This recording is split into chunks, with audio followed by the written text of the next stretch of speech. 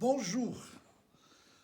Le passage du livre du prophète Daniel que nous lisons en ce dimanche nous parle d'espérance. Il a été écrit pour fortifier les croyants juifs au temps du roi grec Antiochus Épiphane. Beaucoup d'entre eux, en effet, moururent martyrs parce qu'ils ne voulaient pas trahir leur foi, la foi d'Abraham, en sacrifiant aux idoles. Mais beaucoup se posaient une question. Que sont devenus après la mort tous ces martyrs? Et le prophète leur répond, beaucoup de gens qui dormaient dans la poussière de la terre s'éveilleront, les uns pour la vie éternelle, les autres pour la honte et la déchéance éternelle. Au fond, il y a deux sortes de martyrs. Il y a les martyrs du sang, ceux et celles qui ont versé leur sang pour rester fidèles à Jésus-Christ, et puis les martyrs de l'amour.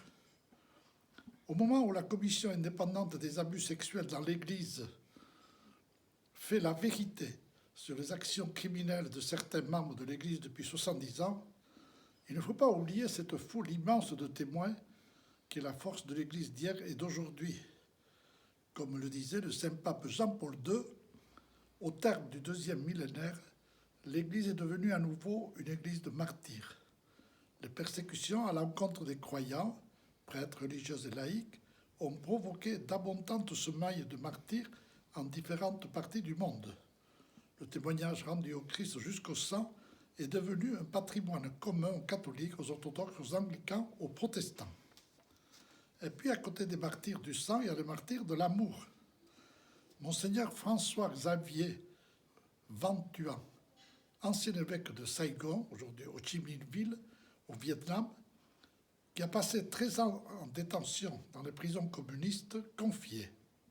Les temps ont changé, et voilà que la possibilité apparaît d'endurer des souffrances par amour du Christ, qu'elles soient causées par nos ennemis ou par les nôtres, ou par des étrangers.